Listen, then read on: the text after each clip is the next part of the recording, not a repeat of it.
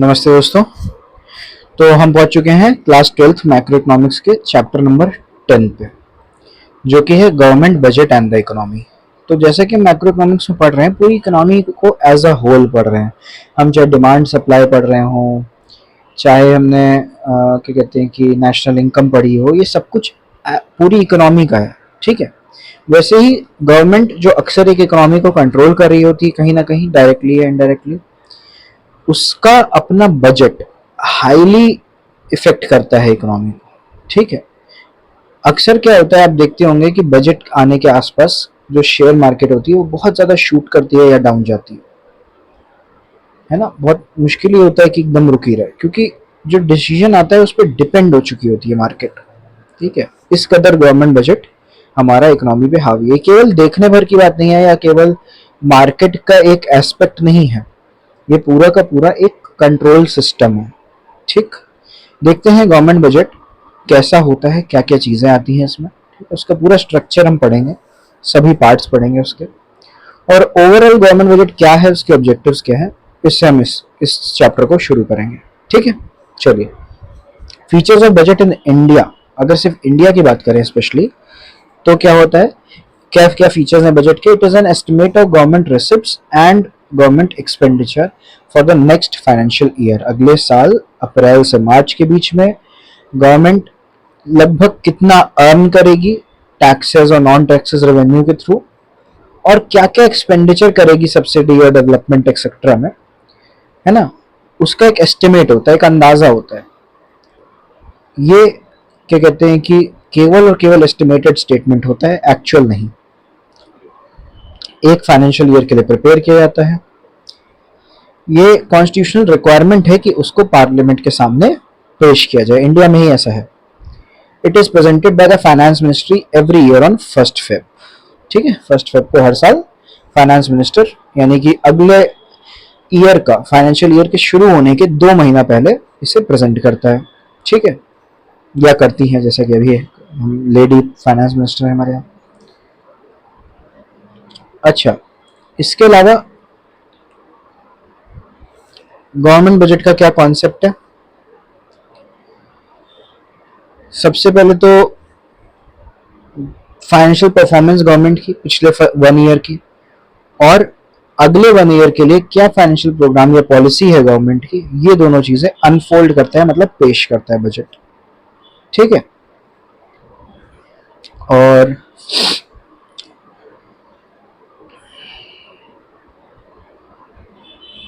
Focus इसका second part पे ज्यादा रहता है, मतलब नेक्स्ट 1 ईयर में क्या प्रोग्राम और पॉलिसी रहेगी उसका। एक इसका होता है रेवेन्यू एक्सपेक्ट, जैसा कि हमने ऊपर बात की कि क्या अर्न कर रही है गवर्नमेंट और क्या खर्च करेगी, एक्सपेंडिचर एक्सपेक्ट। ठीक है। 2 एस्पेक्ट होते हैं इसके। कोशिश उसकी ये रहती है कि, अच्छा हाँ सॉरी, कोशिश की बात हम यहाँ नहीं कर सकते, वो हर गवर्नमेंट की अलग अलग हो सकती है। ऑब्जेक्टिव क्या है गवर्नमेंट बजट का, क्यों होता है, क्या कारण है। एक तो जीडीपी ग्रोथ। ठीक है। जीडीपी क्या है, central object, GDP growth central objective है गवर्नमेंट के बजट पॉलिसी का।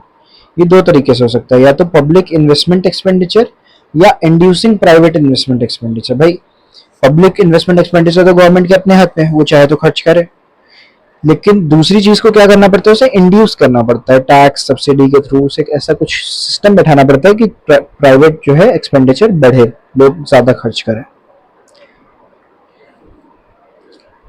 Second point, allocation of resources. Private enterprise हमेशा क्या सोचता है कि जहां जहां प्रॉफिट हाई हो सकता है, जहां जहां प्रोडक्शन हो सकता है, वहां वहां की रिसोर्सेस को एलोकेट किया जाए। ठीक। जबकि इस तरीके के जगहें अक्सर सोशल वेलफेयर प्रमोट नहीं करती, जैसे कि अल्कोहल प्रोडक्शन। क्या है अल्कोहल प्रोडक्शन, इसमें बहुत ज़्यादा प्रॉफिट है ना, बहुत इसके प्रोडक्शन में फ़ायदा है प्राइवेट एंटरप्राइजेस को, बट इससे क्या सोशल वेलफेयर प्रमोट होगा, नहीं होगा, बहुत ज़्यादा नुकसान होगा बल्कि सोसाइटी को। तो इसीलिए इसको हाईली कंट्रोल किया जाता है अपनी बजटरी पॉलिसी के थ्रू। कौन कंट्रोल करता है, गवर्नमेंट, जिससे कि सोशल वेलफेयर भी बना रहे और प्रॉफिट गोल्स भी जितना मैक्सिमाइज हो सकते हैं रहे। हैवी टैक्सेशन लगाया जाता है जिससे कि लोग जो है कंपनीज इसको ना बनाए, ना बेचें या कम बेचें, ठीक। और वहीं सोशली यूजुअल गुड्स जैसे कि खादी, इसमें सब्सिडी है। जैसे कि गैस सिलेंडर पे अब तो उतनी नहीं रह गई है, नॉमिनल है, लेकिन सब्सिडीज के थ्रू गैस सिलेंडर को किया गया था सस्ता। क्यों किया गया था? क्योंकि लोगों के लिए ये एक बहुत बेसिक नेसेसिटी है, लेकिन है बहुत महंगा। इतना महंगा है कि कंपनीज बना के जब कस्टमर तक पहुंचाती हैं तो उनका जो खर्चा आता है वो पूरा खर्चा भी नहीं दे सकते जो उस सिलेंडर को खरीदने वाले लोग हैं। तो इसीलिए सरकार अपनी तरफ से कंट्रीब्यूट करती है कुछ अमाउंट, जिसे बोलते हैं सब्सिडी। अब चाहे ये सब्सिडी वो कंपनीज का बेसिक प्रॉफिट हो, नॉर्मल प्रॉफिट हो, या फिर केवल और केवल खर्चा निकालने का तरीका हो, क्योंकि वो कंपनीज भी बाय चांस अपेरेंटली हमारे यहाँ वो है, क्या कहते हैं, गवर्नमेंट ओन्ड है। प्रोविजन ऑफ पब्लिक गुड्स, तो गवर्नमेंट बजट का ये भी वो रहता है कि पब्लिक गुड्स का प्रोविजन बना रहे, सप्लाई और डिमांड फोर्सेस जो है मार्केट इकोनॉमी की इतना प्रोडक्शन ना बढ़ा दें पब्लिक गुड्स का कि वो जो है क्या कहते हैं कि लॉ एंड ऑर्डर, कंट्री के डिफेंस, इन सबको हार्म करने लगे, ठीक है।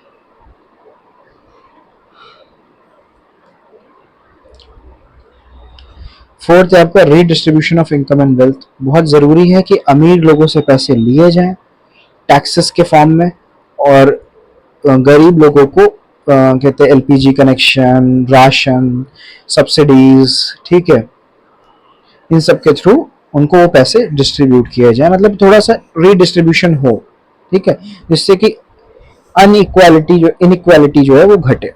हालांकि वो पूरी तरह से नहीं घट रही है, लेकिन फिर भी ज़्यादा टिप्पणी गवर्नमेंट पे ना करें, नहीं तो कॉपीराइट आ जाएगा वीडियो पर। Balanced regional growth, actually developing country में कोई भी गवर्नमेंट, स्पेसिफिक गवर्नमेंट कुछ खास चेंजेस कर नहीं सकती। बहुत ही ज़्यादा एफर्ट, नॉलेज और बहुत कुछ चाहिए उसको सुधारने में। सभी के कंट्रोल से बाहर हैं ये चीज़ें, पॉपुलेशन की वजह से, अनएम्प्लॉयमेंट की वजह से, एजुकेशन कम होने की वजह से, है ना।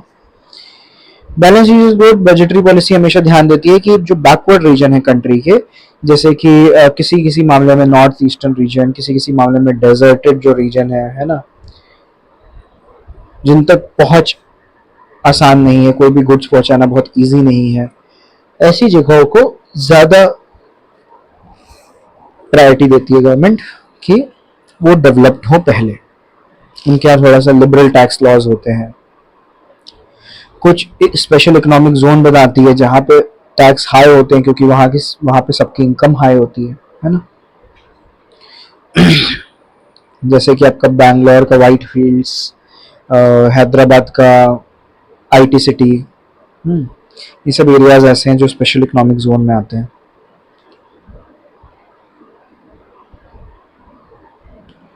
एम्प्लॉयमेंट अपॉर्चुनिटी, एमजी नरेगा जैसे स्कीम्स के थ्रू। एमजी नरेगा क्या है? Mahatma Gandhi national rural employment generation.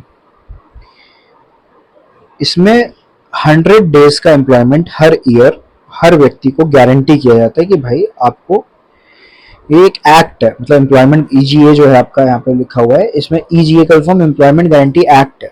मतलब आपको 100 डेज का जो है रूरल लोगों को, जो रूरल एम्प्लॉयज हैं, उनको गारंटी दी जाती है कि आपको 100 डेज का एम्प्लॉयमेंट हर ईयर मिलेगा ही मिलेगा, ठीक है। चाहे गवर्नमेंट आपको किसी पुल, ब्रिज ये बनाने में लगा दे, है ना, कोई भी सरकारी काम करने में लगा दे, चाहे जो है आप ही को अपने ही खेतों में खेती करने के लिए पैसा दे, कुछ भी करे, बट वो ऐसा करती है कि 100 डे की गारंटी देती है, ठीक है। चलिए, थोड़ी गवर्नमेंट की तारीफ भी हो गई इसी बहाने। तो इस तरीके की एम्प्लॉयमेंट अपॉर्चुनिटी दी जाती है जैसे कि चीज़ें इम्प्रूव हो और इक्वलाइज हो। ये सब कुछ बजट के थ्रू होता है।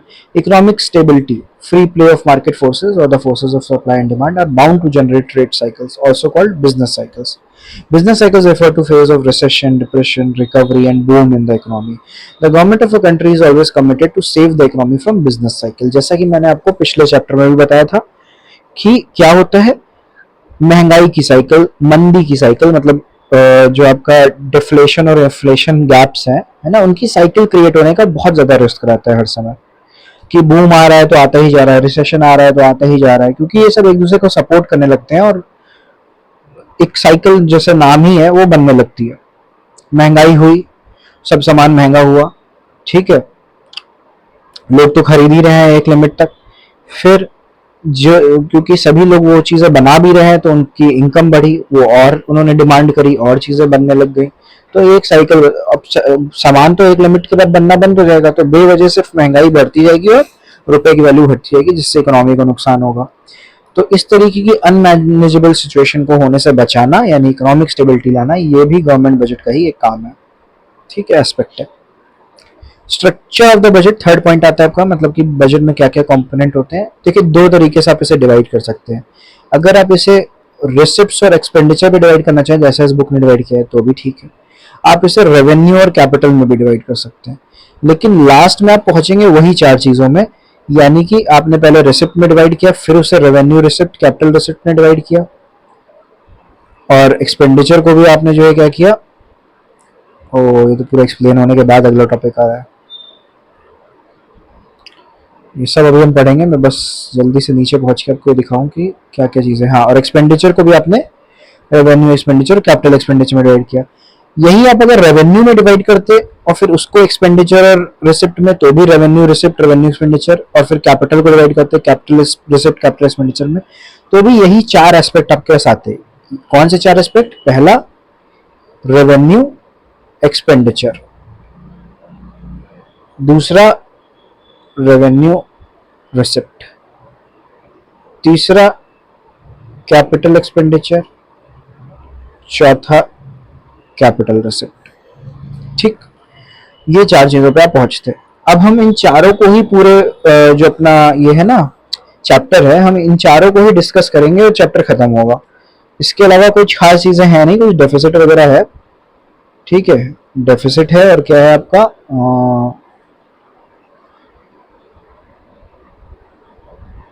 काफी चीजें इंक्रीज हो गई हैं कुछ 2 साल में पिछले, जैसे कि आपका पहले नहीं था अनबैलेंस्ड बजट और बैलेंस बजट, ये अभी ऐड हुआ है रिसेंट में, पक्की बात है। चलिए शुरू करते हैं इसको वापस से, है ना। बैलेंस अनबैलेंस बजट आपका एक्स्ट्रा पॉइंट है इसके अलावा, और वो है डेफिसिट से, ठीक है। सबसे पहले आता है आपका रेवेन्यू रिसिप्ट।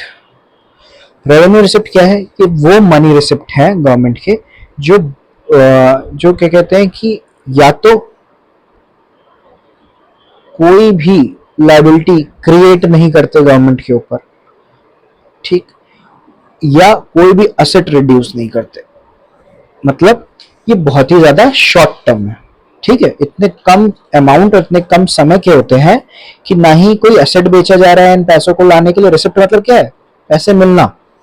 तो ये पैसे जो मिल रहे हैं ये ना ही जो है कोई असेट बेच के या घटा के मिल रहे हैं, कि कोई डेटा हो हमारा उसने पे कर दिया हो, कोई हमारा फर्नीचर हो हमने बेच दिया। मैं अभी थोड़ी अकाउंट्स की भाषा यूज कर रहा हूँ, लेकिन आपको समझ में है इसके लिए, वरना गवर्नमेंट बड़े लार्ज स्केल पे क्या करती है, जैसे यहीं पे लिखा हुआ है एयर इंडिया का शेयर बेचा, अब तो एयर इंडिया पूरी बेच दी इन्होंने टाटा को, टाटा एयरलाइंस की हो गई है एयर इंडिया। तो या तो आप ऐसे कोई अपनी कंपनी या कंपनी के बड़े शेयर्स बेच दो, है ना, या बड़े बड़े गवर्नमेंट के लैंड्स बेच दो, तो ऐसे में क्या होगा, असेट घटेगा, तब आपको रिसिप्ट होगा। लेकिन कुछ चीजें होती हैं जिसमें असेट नहीं घटता, लेकिन फिर भी आपको पैसे मिलते हैं एज गवर्नमेंट, क्या? टैक्सेस, ठीक है। लोग क्या करते हैं, इनकम कर रहे हैं तो टैक्स देंगे, कोई सेल्स कर रहा है तो सेल टैक्स देगा, कोई कहीं से कहीं गुड्स इंपोर्ट एक्सपोर्ट कर रहा है ना, क्रॉस बॉर्डर टैक्सेस देगा वो, ठीक है।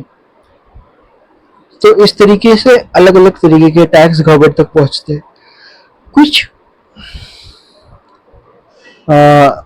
लाइबिलिटी भी इसमें नहीं बन रही है, क्योंकि दूसरा तरीका क्या है कि गवर्नमेंट कहीं से लोन ले ले बड़े अमाउंट, तो वो भी नहीं हो रहा है, क्योंकि उसमें भी क्या होगा, उसमें लाइबिलिटी बढ़ जाएगी अगर एसेट नहीं घटेगा।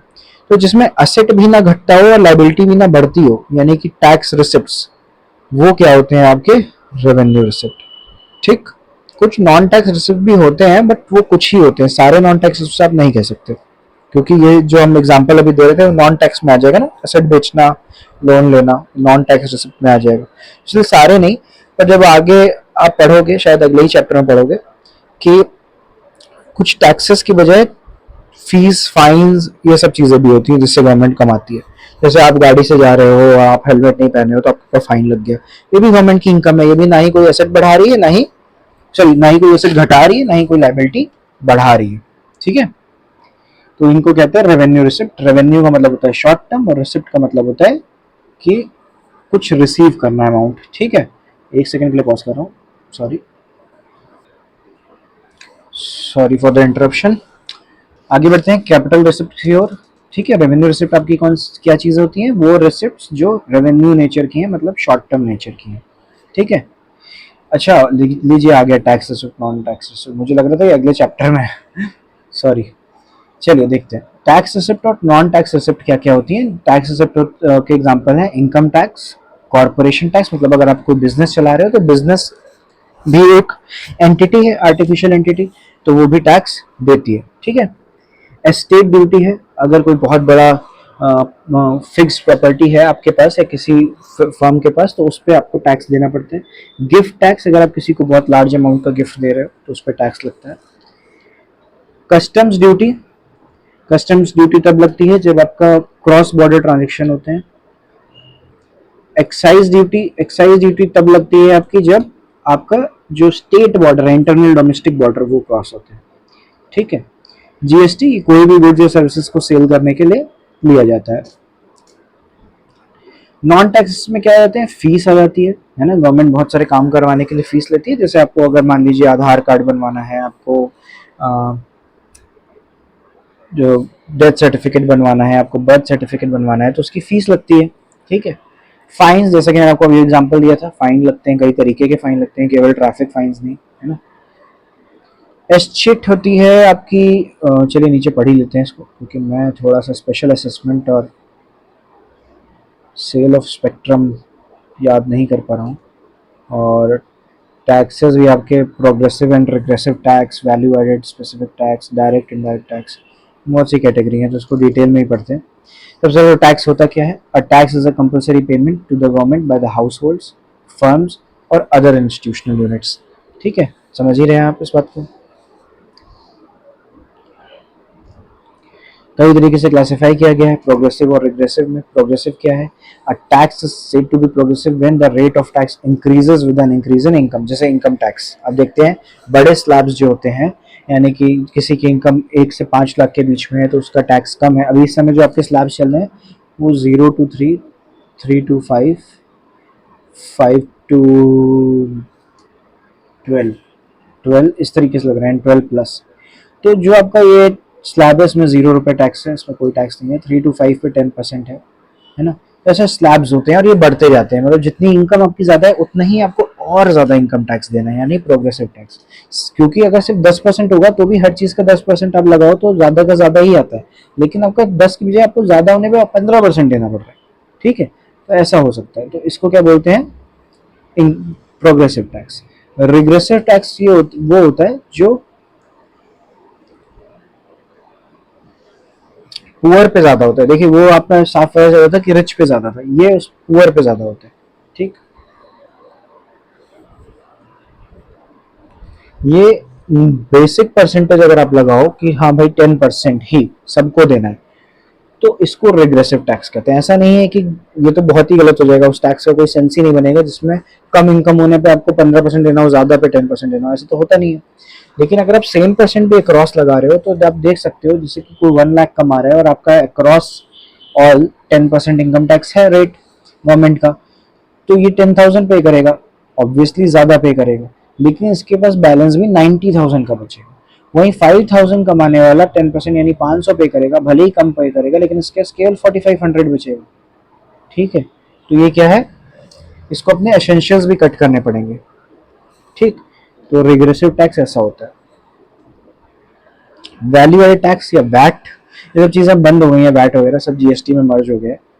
ठीक है, एंड स्पेसिफिक टैक्सेस ये होते हैं कि भाई जब कभी भी आप टैक्स इम्पोज कर चुके हो ऑलरेडी किस चीज़ पर, जो इनिशियल पार्ट था। जैसे फॉर एग्जांपल किसी एप्पल जूस सेलर ने एप्पल खरीदे, ठीक, उसने एप्पल पे टैक्स दे दिया। अब अगर एप्पल की वैल्यू पे टैक्स लग चुका है और वो एप्पल जूस बेचता है, कुछ वैल्यू ऐड कर रहा है, उसका जूस बना रहा है तो महंगा हो रहा होगा। एक सेब जितने का उसने खरीदा होगा, एक सेब का जूस उससे ज्यादा में बेच रहा होगा ऑब्वियसली, अपना प्रॉफिट और अपने टैक्सेस निकाल के। तो ये जो जूस है, अगर इसकी पूरी वैल्यू पे टैक्स लगेगा तो प्रॉब्लम क्या होगी, डबल टैक्सेशन हो जाएगा। मतलब कि उस सेब पे दो बार टैक्स लग चुका है जो एक ही है। ठीक, एक बार उसे जूस बनाने वाले ने खरीदा है और एक बार जूस बनने के बाद उसे कस्टमर खरीद रहा है। तो इसीलिए ऐसे केसेस में क्या लगता है, वैल्यू एडेड टैक्स लगता है, पहले लगता था इंडिया में। ठीक, कि केवल और केवल वो जितनी वैल्यू ऐड की है उसने, मान लीजिए उसने 10 का सेब खरीदा और अब वो जूस जो है बेच रहा है 12 रुपए में एक सेब का। ठीक, तो जो 2 रुपए उसने वैल्यू ऐड की, वो केवल 2 रुपए पे ही टैक्स लगता है, वो उसे बोलते हैं वैल्यू एडेड टैक्स। ठीक, और स्पेसिफिक टैक्स वो होते हैं जो किसी ऐसी कमोडिटी, मतलब उन कमोडिटीज पे लगते हैं जिनका साइज, वेट, यूनिट बदलने पे टैक्स बदल जाए।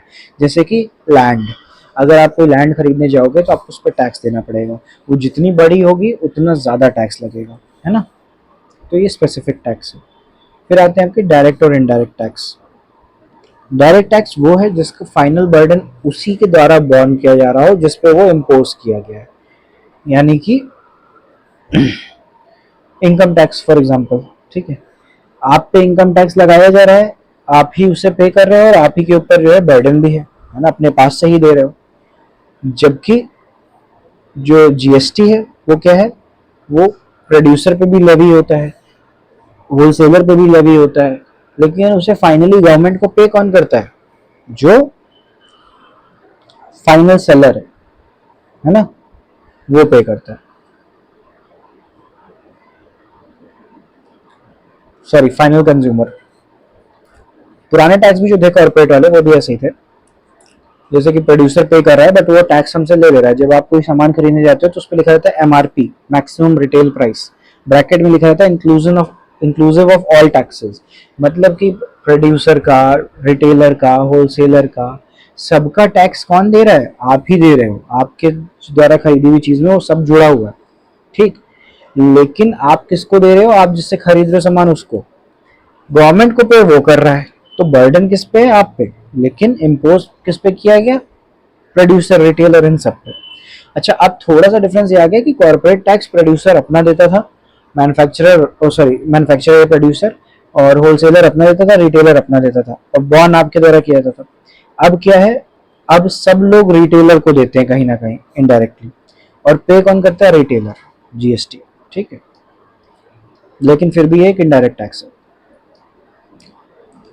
नॉन टैक्स सिर्फ जैसे फीस हो गई, बताया आपको, land registration fee, birth and death registration fee, passport fee, court fee, है ना। फाइन, जैसे कि लॉ ब्रेक जिसने किया है ना। कई बार ऐसा भी तो होता है कि किसी ने बहुत बड़ा कोई फाइनेंशियल या क्रिमिनल एक्ट किया, वो सॉरी फाइनेंशियल रूल ब्रेक किया या क्रिमिनल एक्ट किया, तो उस पर जो है फाइन लगाते हैं बड़ा अमाउंट का, कोर्ट वगैरह, तो वो भी सब गवर्नमेंट के पास जाता है ना। एसेट, ये वो इनकम है स्टेट की जो लोगों द्वारा बिना कोई हायर होने के कारण प्रॉपर्टी लेफ्ट ओवर है, मतलब गवर्नमेंट अपने पास रख लेती है ऐसे लोगों की जमीन या प्रॉपर्टी जिनका कोई उत्तराधिकारी है ही नहीं, तो कोई क्लेमेंट नहीं है उस प्रॉपर्टी का। इसीलिए एसेट तक कम सुनने में आता है, क्योंकि कोई ना कोई क्लेमेंट निकल ही आता है हर किसी का, है ना। आप लोग भी कहेंगे सर क्या क्या बात करने लग जाते हैं। स्पेशल असेसमेंट, ये वो पेमेंट है जो प्रॉपर्टी के ओनर द्वारा किया जाता है जब गवर्नमेंट कोई डेवलपमेंट एक्टिविटी करती है उनकी प्रॉपर्टी के आसपास, और उस वजह से उनकी प्रॉपर्टी की वैल्यू बढ़ती है। तो उसका, जैसे मान लीजिए रोड कंस्ट्रक्शन हुआ, सीवेज सिस्टम बनाया गया, ड्रेनेज सिस्टम बनाया गया, है ना, तो उस वजह से क्या होता है, उसके उन जगहों की जो प्रॉपर्टी की वैल्यू बढ़ जाती है। तो वो जो वैल्यू बढ़ी है उस पर स्पेशल असेसमेंट टैक्स जो है, SAT जिसे बोलते हैं, वो देना पड़ता है वहाँ के ओनर्स को, गवर्नमेंट को। ठीक, जिससे कि वो जो डेवलपमेंट एक्सपेंडिचर सरकार ने किया वो उसका खर्चा रिकवर किया जा सके, है ना। Income from public enterprise, obviously government के अपने इंटरप्राइजेस हैं, जैसे कि railways, postals, Indian oil, steel plant, है ना, यहाँ पे जो एग्जांपल दिए गए हैं। इन सब कंपनीज में भी कई कंपनीज हैं जो प्रॉफिट करती, तो वो प्रॉफिट गवर्नमेंट के पास जाता है, प्रॉफिट अर्न करना। Income from sale of spectrum like 2G 3G। अब भाई ऐसा होता है ना कि प्राइवेट कंपनीज बहुत सारी होती है नेटवर्क की, लेकिन जो तारे बिछती हैं वो तो ज़्यादातर गवर्नमेंट बिछाती है। कुछ तारे जैसे 4G वगैरह जियो ने भी बिछाई हैं, लेकिन जियो को उसका रेंट देना पड़ता है, तो गवर्नमेंट को कुछ ना कुछ मिलता ही है हर तरह से। लेकिन अगर गवर्नमेंट ने खुद तारे बिछाई हैं तो क्या होता है, जैसे 3G में पहुंचे तो 2G स्पेक्ट्रम बेचा, 4G में पहुंचे तो 3G स्पेक्ट्रम बेचा, है ना। उसकी जो तारे बिछी हुई हैं वो पूरा उठा के सेल आउट कर दिया एज इट इज। तो वो नेटवर्क कंपनीज के काम में आता है, वो खरीदती हैं उसे। तो ये भी एक तरीके का नॉन टैक्स रिसिप्ट है।